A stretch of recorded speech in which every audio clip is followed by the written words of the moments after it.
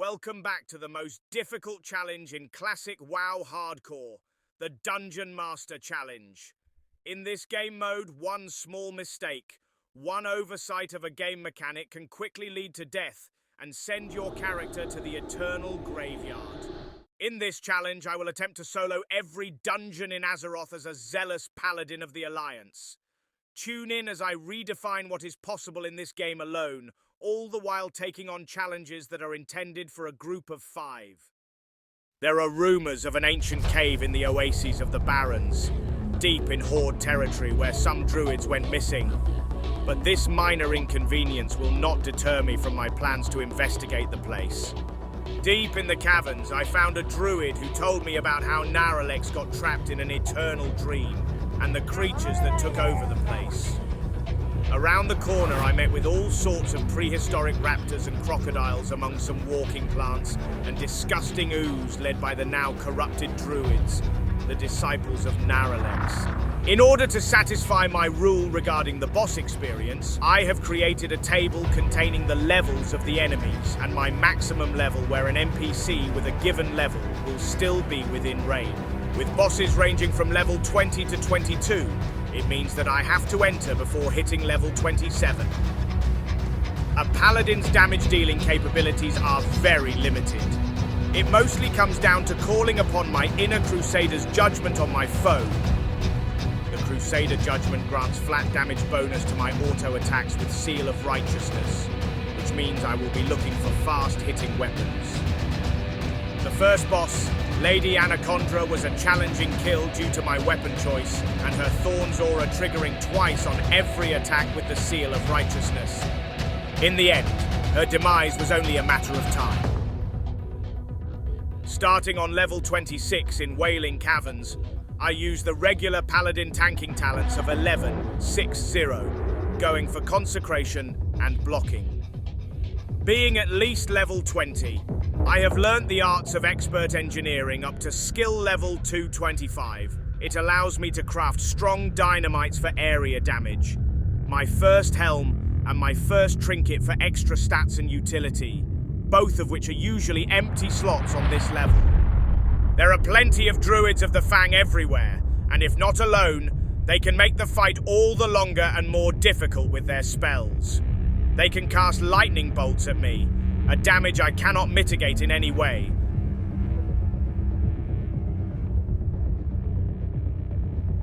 When on low health, they will even transform into huge snakes that deal increased damage, and can even heal each other. From the entrance, on the left side of the dungeon on top of the spiraling walkway, I found the second boss of the caverns, Lord Cobran. Looking at his abilities, he is nothing more than a more powerful version of the druids I have slain so many already. I heard tales of his almighty belt that so many warriors seek, but luck is not on my side today. Jumping down from the platform and walking back, I find a turtle in the main creek different than the ones outside. I suppose I just found the ancient tortoise, Kresh, wandering the caverns. My trip leads me to the other side of these caves, but plenty of stories tell of all the lost adventurers that have never found their way out of these maze-like tunnels. On the other side of the dungeon, I found these big shambler plants that can cast periodically healing rejuvenation on themselves. Being way higher level than a usual group in these early dungeons allows me to stick to the walls in wider areas and skip some of the packs along the way. Carefully navigating my way through the tangling jungle alleys next to some strange rock formations, I find the next druid leader, Lord Pythos. But first, my dwarf senses tell me of a nearby chest that I decided to pick up first.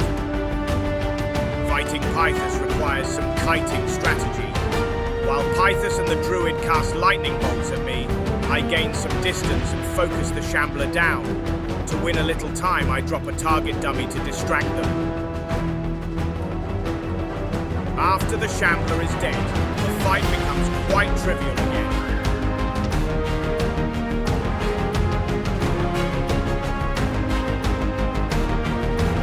Ithas's quick swings make me reach for my shield, but the victory is mine.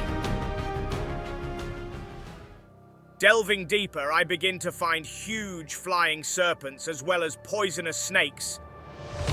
In a secluded corner, I also find a huge lizard in a pen, guarded by 2 druids. Making quick work of the druids, I decide to also deal with the maddened lizard.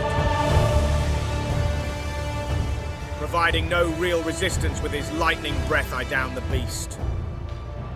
On my way forward, I spot another chest that I quickly clear around and pick it up.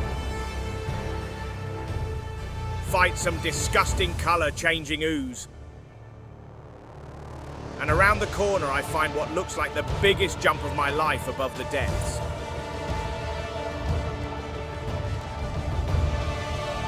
Fighting through some more poisonous serpents and druids, I arrive at what looks like the Master's Lair with a huge plant-like creature in the middle. That must be the cursed shambler, Verdan the Ever-Living. I quickly get rid of the druid nearby and prepare for the fight ahead. I need to use every possible blessing and consumable I can get my hands on. I quickly go back to the entrance and talk with the disciple who gives me the buff of the druids called Mark of the Wild.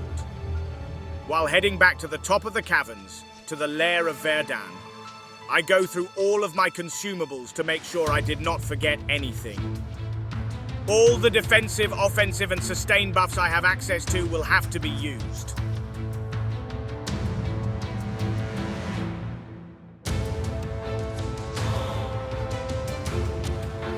I start with a solid dynamite. Most enemies have an attack speed of 2 seconds per attack. However, Verdan attacks every 3.5 seconds, but his attacks are devastatingly powerful. With the incoming damage, I have to resort to a secondary defense line, popping a bubble and healing with bandages to reserve some mana. Even popping a mana potion. But in the end, the beast is no match for my might, granting me a level up as well. Picking up a talent point in precision for 1% extra hit chance. There is only one boss left to deal with, and that is Lord Serpentis on the edge of the platform. Apart from the few lighting bolts and healing touches, the fight does not pose any challenge, allowing me to make quick work of Serpentis.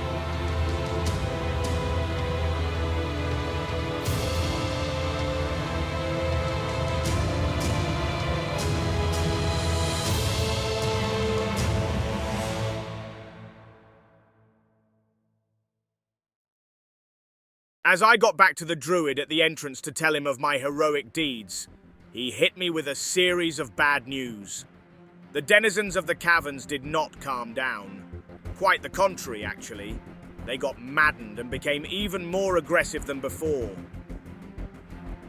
To allow him to wake up Naralex, I must purge the raptor-infested halls leading to the hidden pools.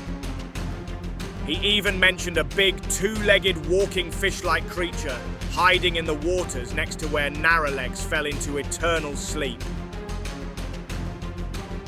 After clearing the way where the ritual is bound to happen, I go back to the druid to start the cleansing ceremony. There is one circle he has to cleanse before moving onward to the lair with Naralex. But on the way there, we got ambushed right on the first corner by 2 raptors. After reaching the main hall and taking a left turn, we arrive at the first destination.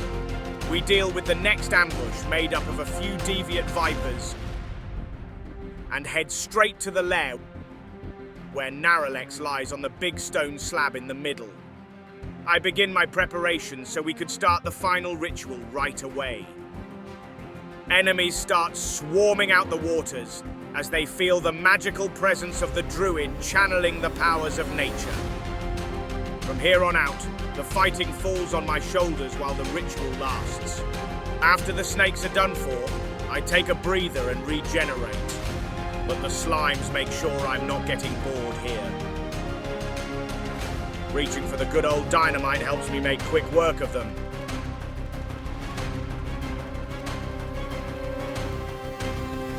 After the slimes were all dead, a strange feeling got to me from the waters. As I saw the big white beast emerge from the water, my inner crusader filled my heart with holy vengeance. Its only ability, Thundercrack, wasn't even able to hit me. After all I've been through in these caves, all the druids and beasts I've dealt with, this Murloc was no challenge in the end. As I finish off the Murloc, the disciple manages to finish the ritual and wake up Naralex. As I was walking out, I saw them fly above, and we bid farewell to each other. May our paths cross again, brave druids. After being able to bask in the sunlight yet again, I ventured around to get to know more about this glowing shard that I found on the body of the white Murloc. From Ratchet, they instructed me to find the shaman who resides on top of the mountain just above the caverns.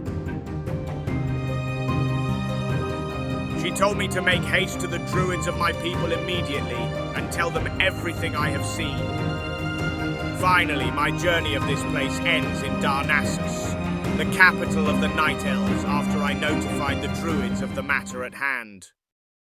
If you enjoyed the video, don't forget to like and subscribe to not miss the next adventure that leads me to the haunted castle of Gilneas, Shadowfang Keep.